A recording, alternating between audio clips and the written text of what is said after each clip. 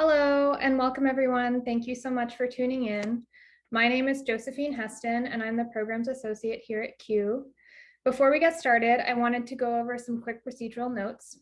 The first thing is that we're talking to you live, but we're also recording this info session, and we will post a link to the recording as well as a transcript of it on our website. If you aren't able to stay for the whole info session, or if you'd like to refer back to any of this information, that will be available to you. Again, this panel is being recorded, so please turn off your video and rename yourself using an alias if you'd like to protect your privacy. Please keep your microphone muted during the presentation portion of the evening to ensure the best audio experience for everyone. Live captions are available tonight. If you click on the CC closed caption button at the bottom of your screen and select show subtitles, you'll be able to view them. There will be a Q&A session at the end of this webinar. If you have questions or comments, please use the raise hand button or type it in the chat. I'll do my best to answer any questions that I receive, but please note that we prefer to answer more general questions that will apply to a larger audience during this session.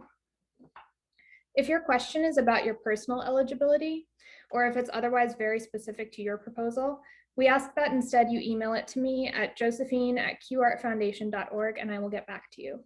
Andrea will drop my email address in the chat as well. All right.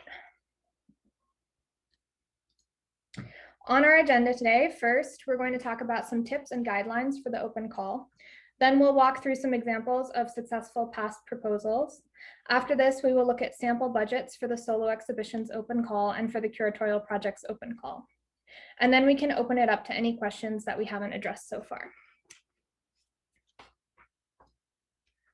So for some quick facts, our exhibitions last 5 to 6 weeks and take place at CUE's gallery space in Manhattan. They'll take place between January and December of 2022. The exact dates of each exhibition will be set with you and the curator working with CUE when winning proposals are selected. All application materials need to be submitted online through Submittable by 11:59 p.m. Eastern Standard Time on Friday, March 12th, 2021. Please visit our website for the link to the Submittable application. Andrea will drop this link in the chat. There is a $15 submission fee, but if you cannot afford the fee, please reach out to us and we can arrange to waive it. Unfortunately, we're not able to accept applications by email or snail mail. Applicants will be notified of results by the end of June 2021. You will be notified via email using the email address that you used to set up your Submittable account, so please make sure that it is an email that you can have consistent access to. For winning proposals, CUE contributes a total of $11,160 towards the cost of producing a solo exhibition and $13,160 towards the cost of producing a curatorial project. These amounts include honoraria, a shipping and installation budget, and the design and printing costs for a full color exhibition catalog, which we give away for free to visitors to the gallery and which is also available digitally on our website. We'll break down exactly what's included in those contributions a little bit later when we talk about budgets. So next, let's talk about eligibility and who can apply. For curatorial projects, any emerging curators or collaborative teams currently living in the United States are eligible to apply. Please note that while you and any artists you include in your proposal may be of any nationality, you all must be living and working in the United States. For solo exhibitions, it's a little bit more complicated. Artists or collaborative teams currently living in the United States who meet all of the following criteria are eligible. You must not have had a solo show in a commercial New York City gallery within the last 5 years. You must not have current consistent commercial gallery representation in the United States. You must not be currently enrolled in a degree program, though if you are set to graduate in May or June 2021, that's okay. Finally, you must have maintained a studio practice outside of an academic setting for 3 or more years.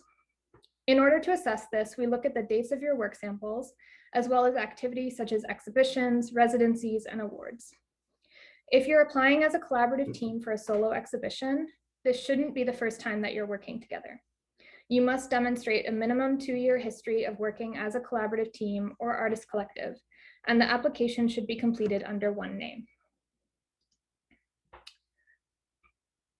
So I'm going to go over a few frequently asked questions that come up before anyone starts the application process. I'm an artist. Can I apply for both a solo exhibition and a curatorial proposal? You absolutely can. The one caveat is that we don't allow curators to include their own artwork in a curatorial project. Secondly, I have a lot of great ideas. Can I submit multiple proposals in one category? Unfortunately, no. While you can submit one curatorial proposal and one solo exhibition proposal, you cannot submit more than one proposal in either category. Another question we get often is from artists who've had a solo exhibition at a small gallery in Brooklyn, the Bronx, or another outer borough, and whether they are still eligible to apply. The answer to this varies. If your solo show was in a small, non-commercial gallery, artist-run space, or not-for-profit space, then you are still eligible to apply. Please contact us if you're not sure. We also get a lot of questions about the physical limitations of our gallery space and installation questions, things like painting the gallery another color and hanging work from the ceiling. Both of these things are possible with caveats. Please visit our open calls FAQ pages for detailed answers to a variety of space and installation related questions. Andrea will drop links to these pages in the chat. If you still aren't sure if your exhibition is realistic for Q's gallery space, email us, particularly if it is something that has a pretty complicated installation or involves altering the space in any way. Next, I will briefly discuss the selection process. During a preliminary review, entries are immediately disqualified if applicants don't meet our eligibility guidelines, if an applicant submits multiple proposals in the same category, or if applications are incomplete. Double check before you submit to make sure that you have included everything that we require, and ask if you're not sure about your eligibility. The juries only review applications that are complete and by artists who are eligible. After applications are screened for eligibility, an initial jury reviews the applications online to select a short list of applicants to proceed to the next stage. The initial jury remains anonymous and includes representatives from Q's network of alumni and advisors. The finalists are decided by a separate jury composed of 4 established artists and curators that will convene in New York City in late spring 2021. Each panelist then selects a finalist to work with as a curator mentor throughout the planning stages of the exhibition. They will be asked to provide curatorial support and mentorship to the selected artist, including at least one studio or site visit in preparation for the exhibition and conversations about the exhibition and installation, as well as to be present during the installation and opening. They will also write a curatorial statement to be published in the catalog, and hopefully will be able to participate in some sort of public program along with the artist during the exhibition. Our panel of artists and curators changes each year, and their names remain anonymous until the results of the open call are announced. The panel selects the winning entries based on criteria that include the quality of the application, the feasibility of the proposal, how well the concept is developed, the originality of the proposal, and the needs of the artists or curators at this particular point in their careers. Strong images and a cohesive written statement always help, both of which we will discuss later. While we have no specific type of work that we prioritize in terms of subject matter, content, or medium, we do prioritize artists whose work is not as easily presented in commercial galleries. Now let's go over submission requirements. For solo exhibitions, we require a resume or CV, a narrative bio, an artist statement, a short synopsis of your exhibition, a detailed exhibition proposal, a short explanation of why you think you should have an exhibition at Q and what this opportunity would mean to you at this point in your career, and work samples. For curatorial projects, we require the curator's CV, a list of at least 4 participating artists and short narrative bios for each artist, a short synopsis of the exhibition, a detailed exhibition proposal, a short explanation of why you think you should have an exhibition at Q and what this opportunity would mean to you at this point in your career, a completed budget worksheet, and work samples from your proposed artists. To clarify, an artist resume or CV should outline your artistic achievements rather than the kind of resume you may present for a job interview. This should be about 4 or 5 pages maximum. Your narrative bio can be up to 200 words and should summarize your resume or CV in full sentences. It should include things like exhibitions, publications, grants, residencies, or other artistic achievements, and it should be written in the third person. Here's an example of a narrative bio from one of our past open call selections. Nancy Floyd exhibited at Q in fall of 2017. Nancy talks about herself in the third person and outlines her past exhibits, some awards and grants that she has received, a book of hers that was published, and it also explains her education and where she currently lives. I'm not going to read this out loud, but the full bio is included in the transcript of this session available on our website. Your artist statement can be up to 400 words and should describe your artistic practice. It should answer questions like what materials, media, content, and subject matter you work with. We should have some idea after we've read it of what your work is about, what it does, and how. You should write this in the first person, so using I or my. Andrea will drop a link in the chat to an article about crafting an artist statement by Kara Ober of Be More Art, which might be a good resource if you need help writing your artist statement. You can also look at websites of your favorite artists and look at their artist statements to see what you like and what you don't like if you're working to improve your own artist statement. Here's an example of Nancy Floyd's artist statement. Nancy works with photography and she wrote a really concise artist statement explaining her work. Here's another example by Christina Day, another winner of our open call who showed at Q in the late fall of 2016. Christina's work was a little bit more conceptual, but she still does a really good job of talking about her work in a way that's clear and accessible.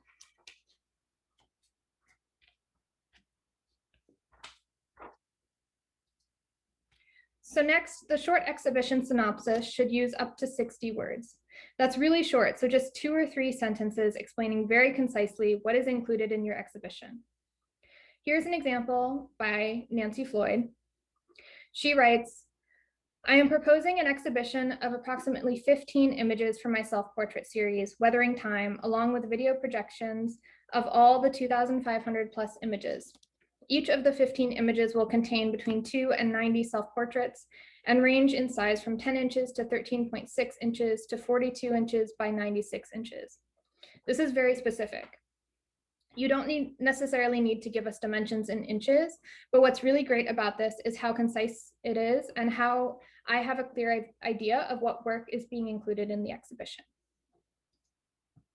The detailed exhibition proposal is a place to really delve deep and talk about your exhibition, using up to 600 words. It should include a very thorough outline of your exhibition and the background of the work and ideas. So how you developed your concept, what your inspiration was, and what your plan is for the exhibition. Here's an example by Christina Day. Again, I will not read the whole thing, but it is in the session transcript. Christina's work is an example of work that was a site-specific installation. It's something that she didn't have already made, and she didn't have images available to submit as work samples. This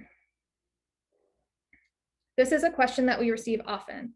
Can I submit new work in my proposal, or can I submit a proposal for a site-specific work or work that I haven't made yet?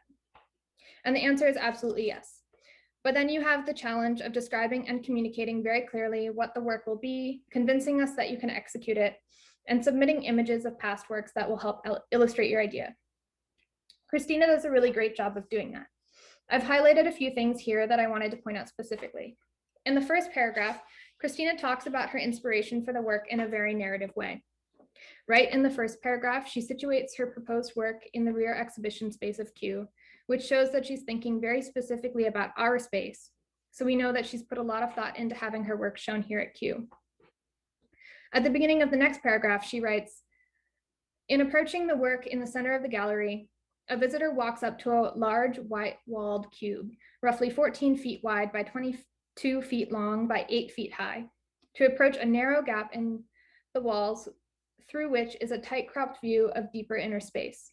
Here she's put herself into the shoes of a gallery visitor and is thinking very concretely about the experience of a viewer in Q's space. She's also giving us some dimensions, which allows us to clearly envision what it is that she's proposing. Another thing she does is discuss her proposal in relation to previous works that she's made and supplied images of.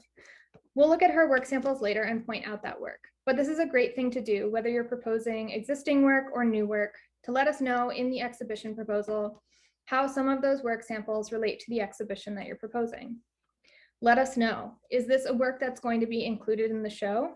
Is this a work that's similar to what's included in the show? Is this a work that may be different from what's included in the show, but there are elements of it that help inform that work? And then finally, at the end, she writes, in facilitating the construction of this project, interior buildings are to be built off-site in my studio in Philadelphia, and then transported to New York City, where they will be built and finished into place with outer drywalling completed on site. Again, that just makes it so clear that she's thought about this exhibition from its conception to transporting it here, to how it's going to fit into the space and the feasibility of realizing this exhibition within the constraints of the budget. At this point, I'd like to go over some general tips for writing that are applicable to any aspect of the written application. The first thing is to write for a general audience. Try to avoid using art jargon or any language that makes it hard to understand what it is you're proposing. This actually just detracts from your application. It is better to write plainly and explain for a general audience what it is that you're proposing. If you have a friend or a family member who would be willing to read your application and let you know if it makes sense to them, that's a great way to check that you're being clear. The second is to be direct. Avoid using the passive voice or the future conditional tenses. We know that this is hypothetical, but you don't need to say, if selected, my exhibition would include. You can just say, my exhibition includes, and that's great. The third thing is to be specific. So write about specific works included in your exhibition and write specifically about how the exhibition will work at Q. We know that it's a lot of work to put together a proposal and that you may be tempted to recycle it for several organizations or other application opportunities. And while that may be a good place to start, the best chance at getting a show at Q or really anywhere else is to show that you've put in the time and care to tailor your exhibition to that organization or space. Andrea will drop a link in the chat to further resources for crafting a strong proposal, which are also linked on our website. Now we'll take a look at some work samples. For solo exhibitions, you can include up to 10 images and 4 videos or audio samples, if that's applicable to your work. For curatorial projects, you should include at least 1 image for each artist, up to 15 images total, and video or audio samples where applicable. The first thing to keep in mind is these images should really illustrate your proposal. You can include samples of your completed work, works in progress, a plan or a sketch of what you have in mind, anything that's going to be most effective in illustrating to us your proposed exhibition. Please do not submit a multiple-page PDF or file as one work sample. This is not allowed. The second thing is to use high-quality images. Make sure that your images reflect the quality of your work and make sure that they're clear, bright photographs photographed on neutral, non-distracting backgrounds. And make sure they convey what's important about your work. For example, if what's important about your work is the fine details, make sure you include some detail shots.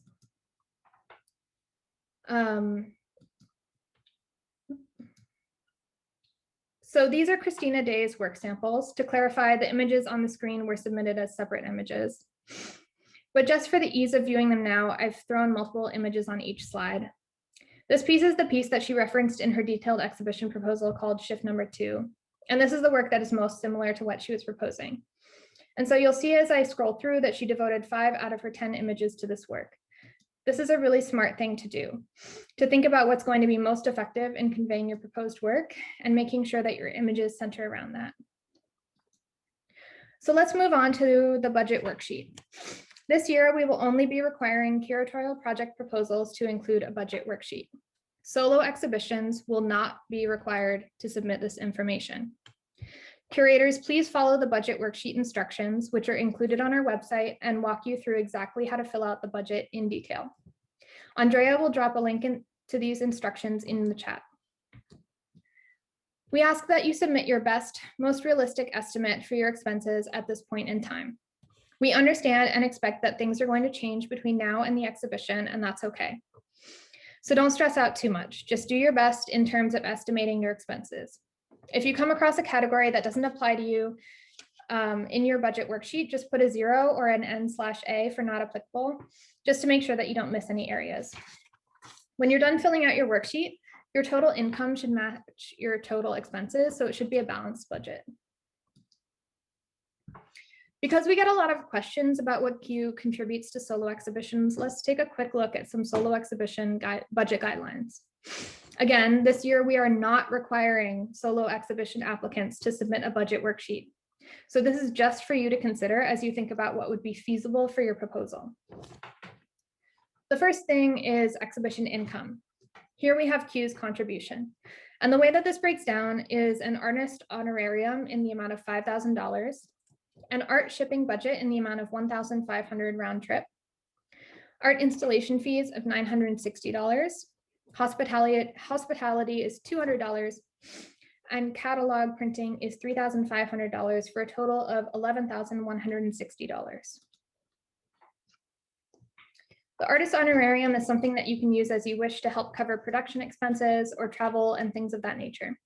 We'll show you how that breaks down when we get to the expenses section, but the art shipping budget, the art installation fees, hospitality, and catalog printing are all fixed amounts that Q contributes. These numbers are based on our experience with the average cost of an exhibition, and these categories cannot be reduced or transferred to other line items. They can be added to using funds from your honoraria or additional income you may procure for your exhibition if you feel like that isn't going to be sufficient funding.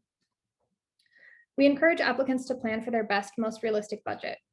In the instance that an artist's expenses go way beyond the scope of what Q is able to offer in financial assistance, we expect the artist to make up the difference. If you imagine that $11,160 isn't going to cover your exhibition expenses, then you would be responsible for coming up with some additional funding, whether that's personal savings, a grant from another organization, crowdfunding, etc. So now let's look at these exhibition expenses. The first thing is art shipping. So again, Q is going to contribute $1,500 for shipping.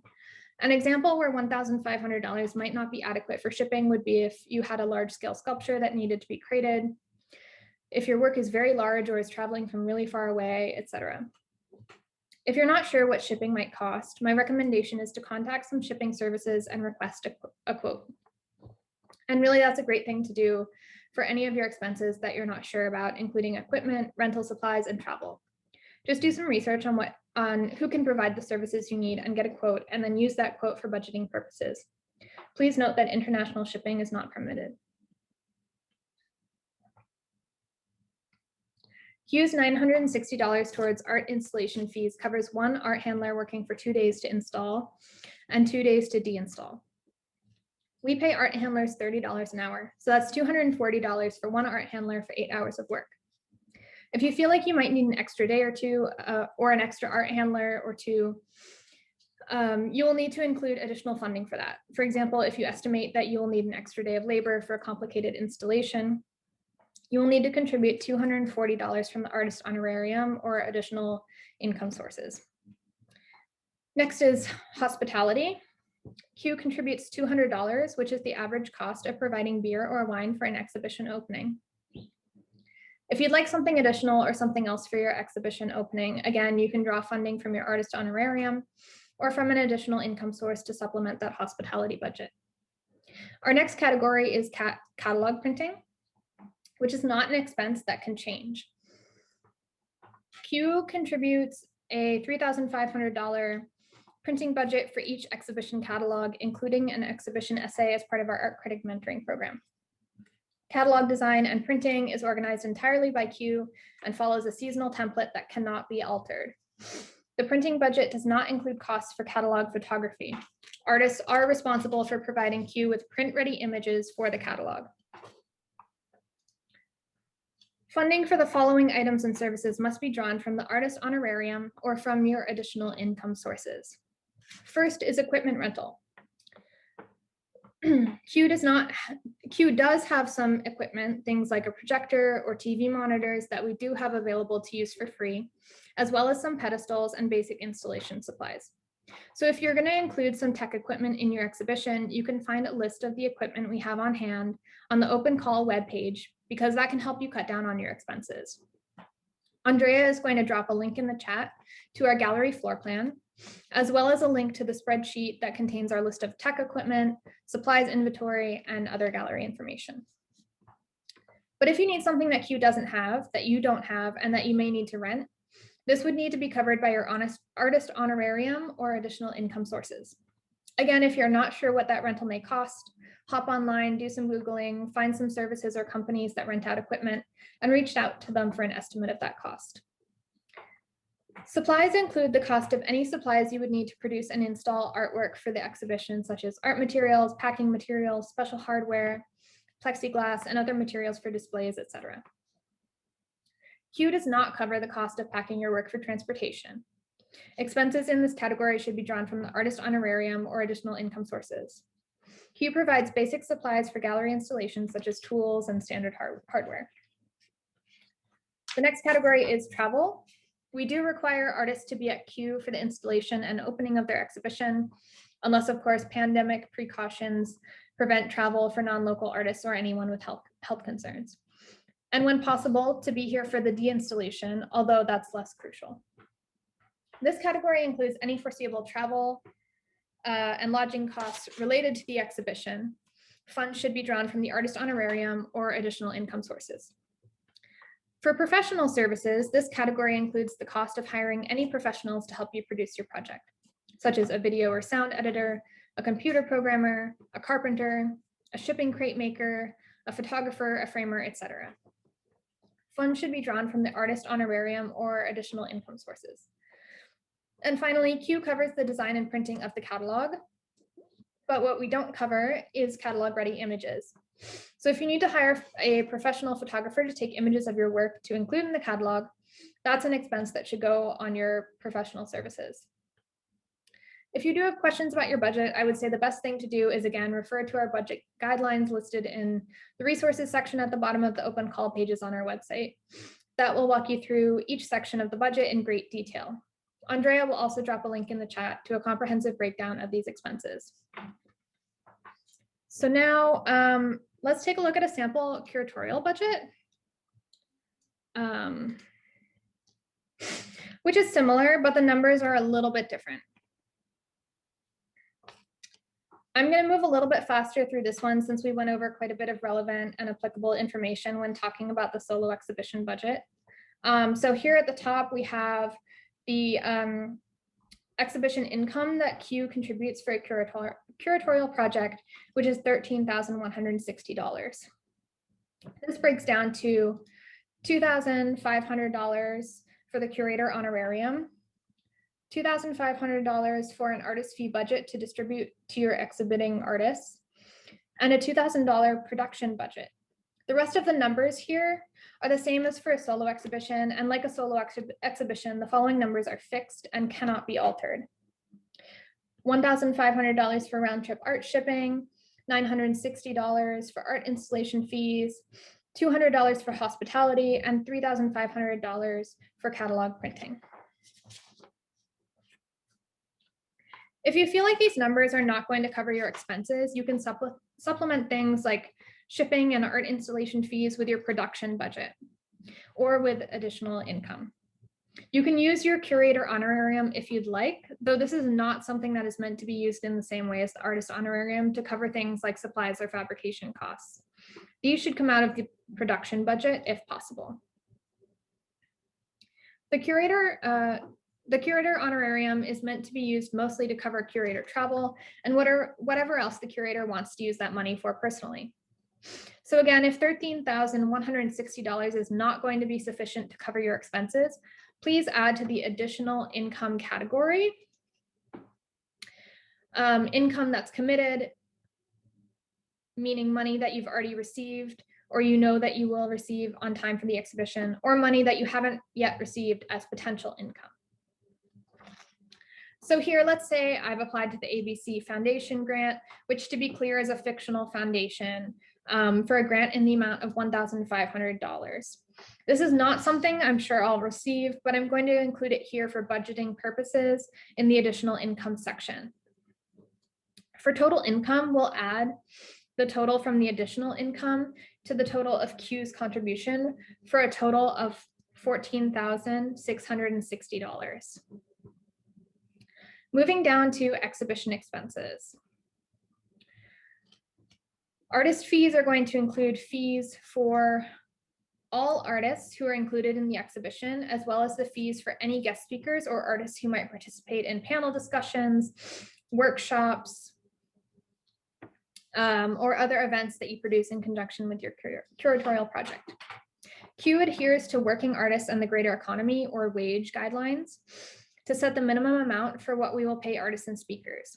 If there is room in the budget, you can certainly pay them more than the wage suggestions. We've included those guidelines in the detailed budget instructions for curatorial projects on our website. So please take a look there for a breakdown of the fee schedule. Andrea will drop this link in the chat again. If you'd like more information on wage, check out their website, which Andrea will also drop a link to in the chat. So here in my notes, I've broken down exactly how much I'm going to pay each artist and participant in my public programs. Since I've decided to pay each artist over the wage guidelines for a group show with 7 artists, this does exceed the $2,500 that Q contributed, but I can pull that excess from my production budget, which I've noted on the worksheet here. So I'm going to go ahead and take this $2,980 and put that up here for my artist fees. For hospitality, Next, for art shipping, all of my artists are pretty local to the New York area, so I'm not worried about my shipping costs exceeding $1,500. Again, if you're not sure if it seems like the work is heavy or large or it's coming from further away, you can supplement your art shipping budget here with the production budget or with additional income. For art installation fees, it's going to be a pretty straightforward installation. So I'm just going to estimate that the $960 that Q contributes for the 2 days of one art handler installing and 2 days of one art handler deinstalling for my show will be enough. For hospitality, I'm happy with the $200 for wine for the opening. Catalog printing is a fixed cost, so there's nothing to change here. For equipment rental, I wanted to rent a projector for the artist workshop. I did some research and found a high quality projector for $250. So I'll enter that under equipment rental, as well as over here in my itemized notes.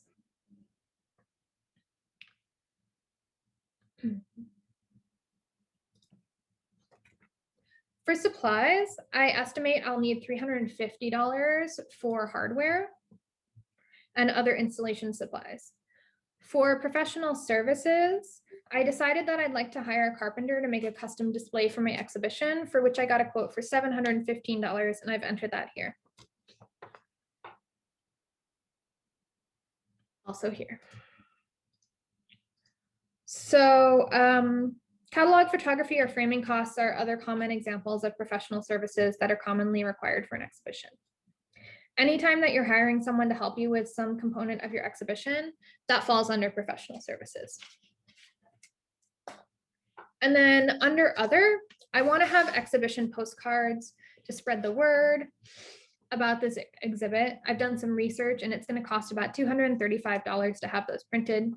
So I've entered that in my other line. Last thing here is curator travel. We do require that the curator be here for the installation and for the opening, as well as any events that you're proposing in conjunction with your curatorial project. If you are coming from out of town, we usually can schedule those to coincide either with your opening or with the closing of the show if getting to New York is difficult for you. Let's say I live pretty close in Philadelphia and I have some friends I can stay with when I come to New York. So I've put $500 for my total curator travel expenses for 2 round-trip train tickets. This kind of expense needs to be withdrawn from my curator honorarium or from additional income. Travel costs cannot be withdrawn from the production budget. I've decided to use $500 from my ABC grant for my travel. And since my production budget is slightly over the allotted $2,000, that leaves me with $2,470 for my honorarium and $1,000 left of the grant, which I've entered under the additional income after expenses line. I can use this for incidentals or things that come up during the planning process that I have not budgeted for here. After double checking, my total expenses match my income and my budget is balanced, so I'm all set. Again, I have itemized and explained all of my expenses in my notes down here.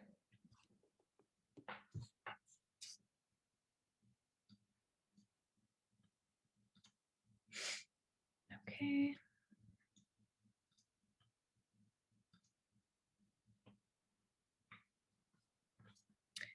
So I'm going to wrap up with some general advice for you all before you submit, and then we'll open it up to questions. The first thing is to check your application thoroughly and check it multiple times. Once you submit it, your application cannot be edited. Make sure that you've completed all of the required application materials.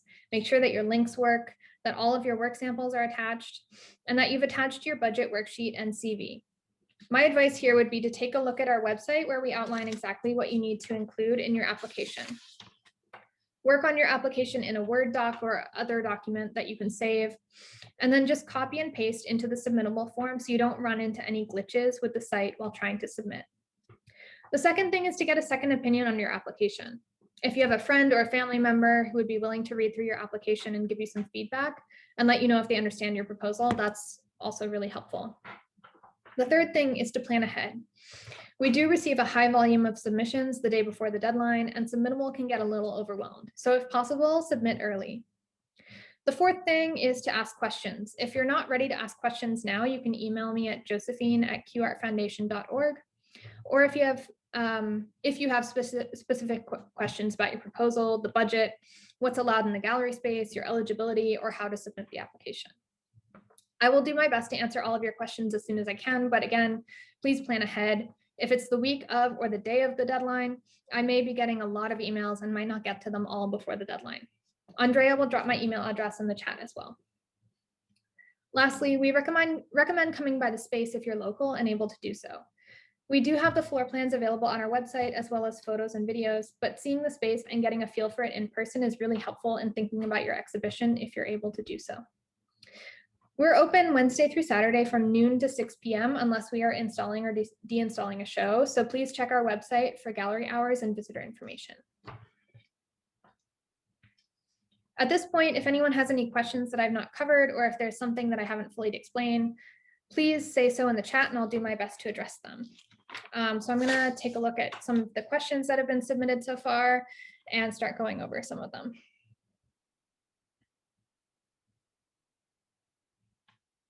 All right, so the first question that I'm seeing that we haven't covered yet is, if the exhibition is an installation that won't be realized until it's in the gallery, can photos of that be included in the catalog? And the answer is no. The catalogs are printed before the exhibition opens, so you can include images of past works for reference if that's helpful. Next question. For solo exhibitions, although the budget is not required, would it be helpful to include? So please don't include a budget for solo exhibitions. Please see our submission requirements on our website. You do not need to submit a budget if you're applying for a solo exhibition. Next question is, if our work is not so installational, meaning the show would consist of discrete artworks hung mostly on the wall, do we need to give you an exhibition design plan? We don't require exhibition design plans. Please see our submission requirements on our website. For the curatorial proposals, do shows that have already been curated by the applicant and exhibited digitally due to COVID qualify? If not, if the inventory is adjusted, would it then qualify?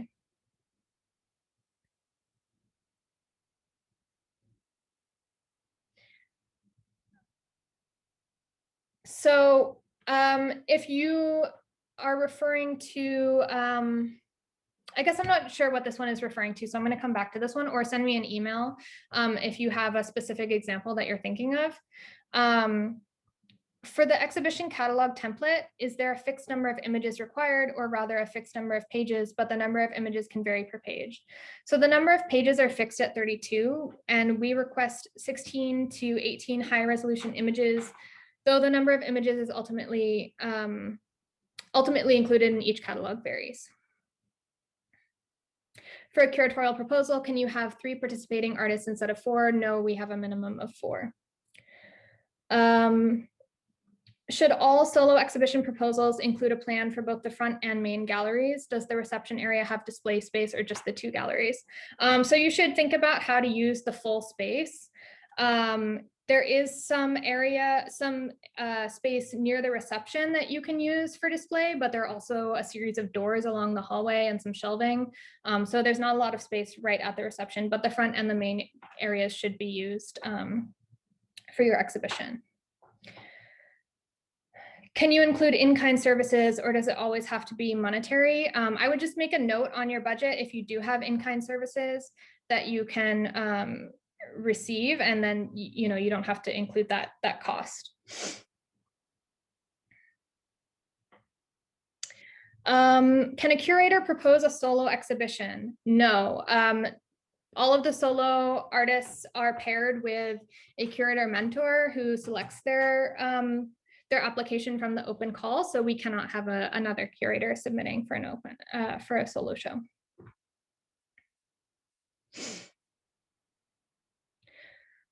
Are there any requirements for the artists included in a curatorial proposal? So yes, they must be considered under-recognized. So Q considers artists to be under-recognized when they have not had a solo exhibition in a major venue, commercial gallery or museum in a metropolitan area within the last 5 years. So half of the artists that you propose need to be considered under-recognized. So no gallery representation and no solo exhibitions in a major venue within the last 5 years.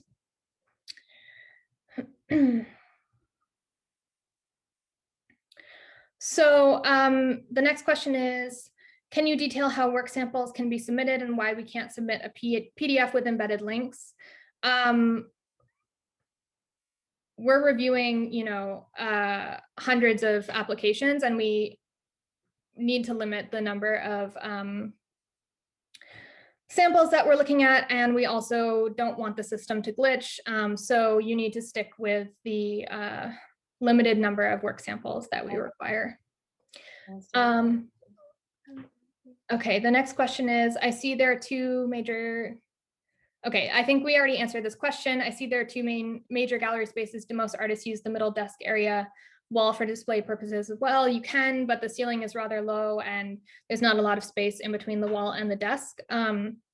So you can use that, and there are examples of exhibitions that have used that on our website if you want to look through some of the installation photos, but that's up to you.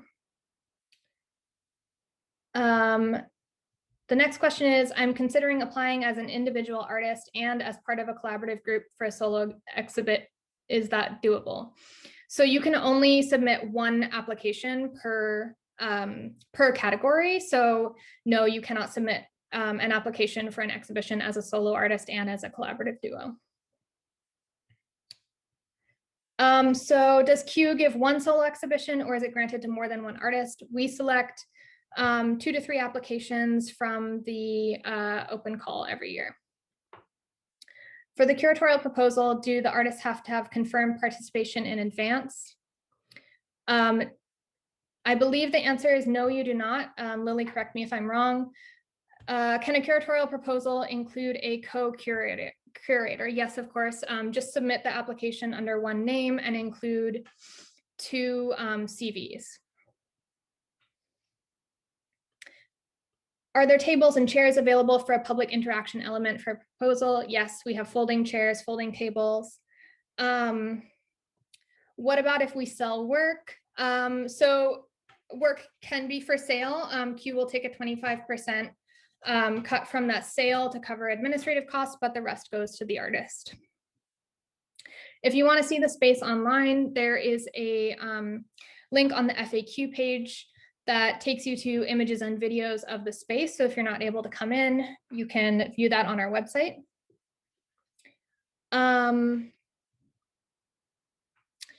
If it's a project that is currently being developed, is it sufficient to submit only images from the proposed project and not past work? I would recommend that you also submit past work. That would be a good example of the work that you're proposing, so that we have a sense of what it would look like when it's finished. But in addition to that, you can also submit design plans and mock-ups, things like that.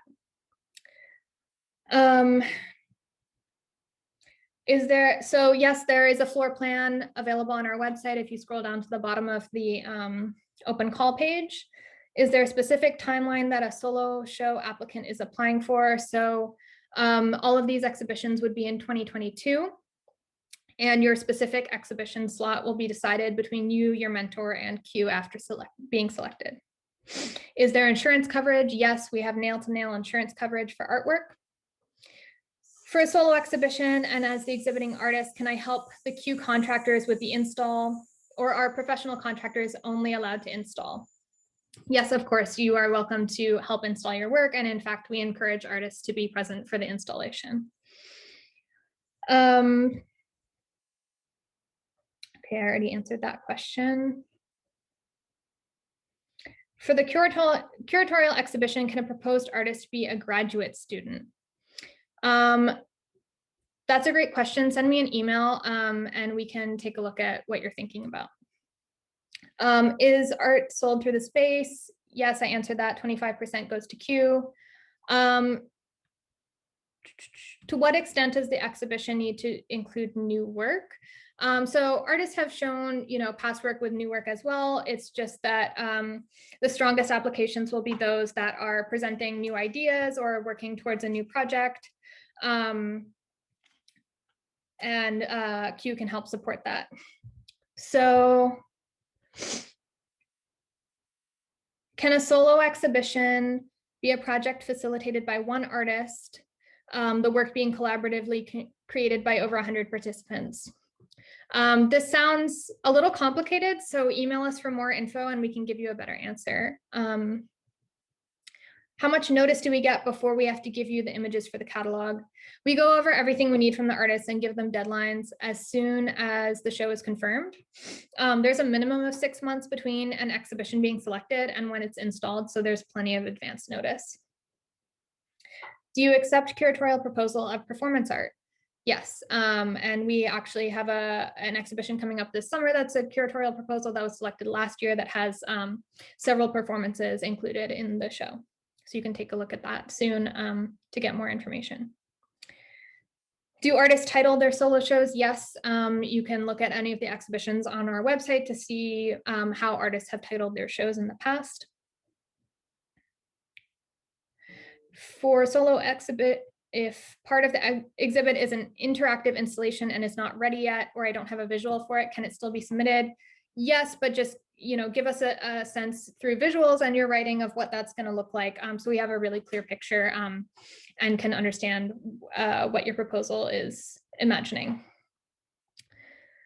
So the artist-mentor relationship.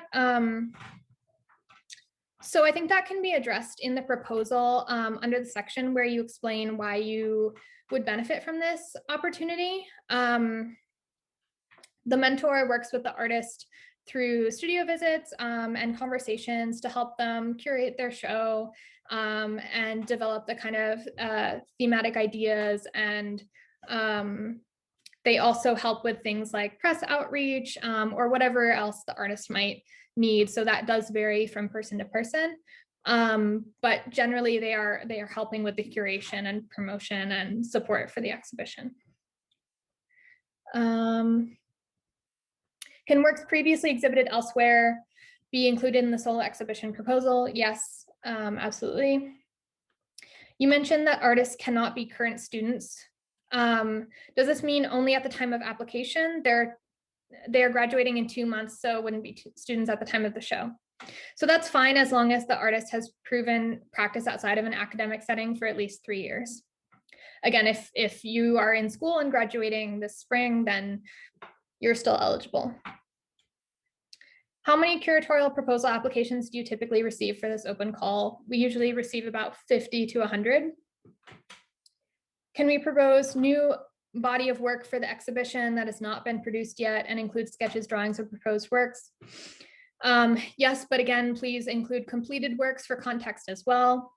A proposal that only includes sketches would probably not be successful because we wouldn't have a sense of what your work looks like when it's completed. How many solo shows do you choose per year? Again, that's 2 to 3. Is there a way to see photographs of the gallery spaces for those who don't live in New York City? Yes, again, please see the links on our website. If you go into the FAQs, there's links to videos and photos as well.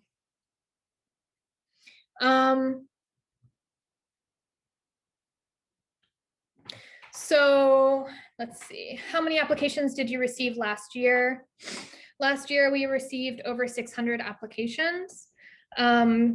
Is the space ADA accessible? Yes. How are mentee curators paired? So each panelist actually selects the artist that they want to work with.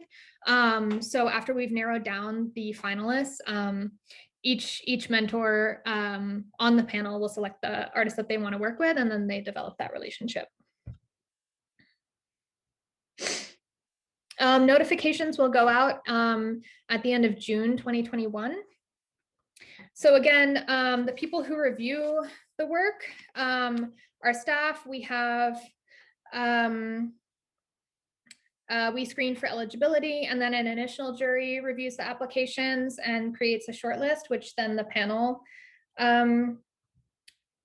finalizes. And so that initial jury remains anonymous, and it includes people from Q's network, so alumni and advisors. And then again, the panelists are established curators and artists who then work with the applicants that they select. Can a 7-member artist collective apply in the solo category? If you've been working together as a collective for at least 2 years, then yes, you can apply. You just need to provide those supporting materials. Can the proposal include past works that have been shown in a group exhibition for a solo show? Yes, of course.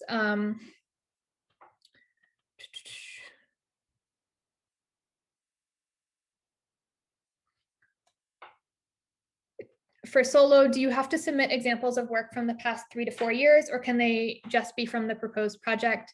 They can just be from the proposed project. You can use your CV to and your bio to kind of demonstrate that you've been working for 3 or more years. How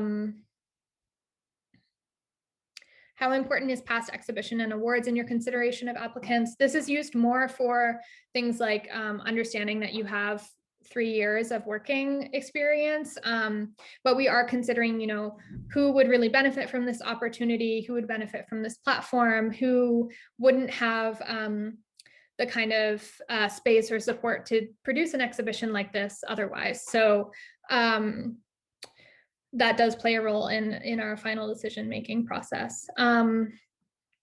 If you want to know how many projectors we have available, you can look at the inventory sheet that was dropped in the chat and is also on our website at the bottom of the open call page. We have 2 currently, so if you would need more than that, those would need to come from your supplies or equipment rental budget. Do you have a suggested price to pay if you're a curator? So this is going to vary depending on how many artists are in the show and what their contributions are. So again, see the wage guidelines that are on the curatorial budget worksheet, which is on the open call page at the bottom of the page. Take a look at that. That breaks down what the minimum prices are that you should be paying each artist. Can a curatorial proposal be submitted by a graduate student? Yes. Do solo exhibition artists also receive mentorship? Yes.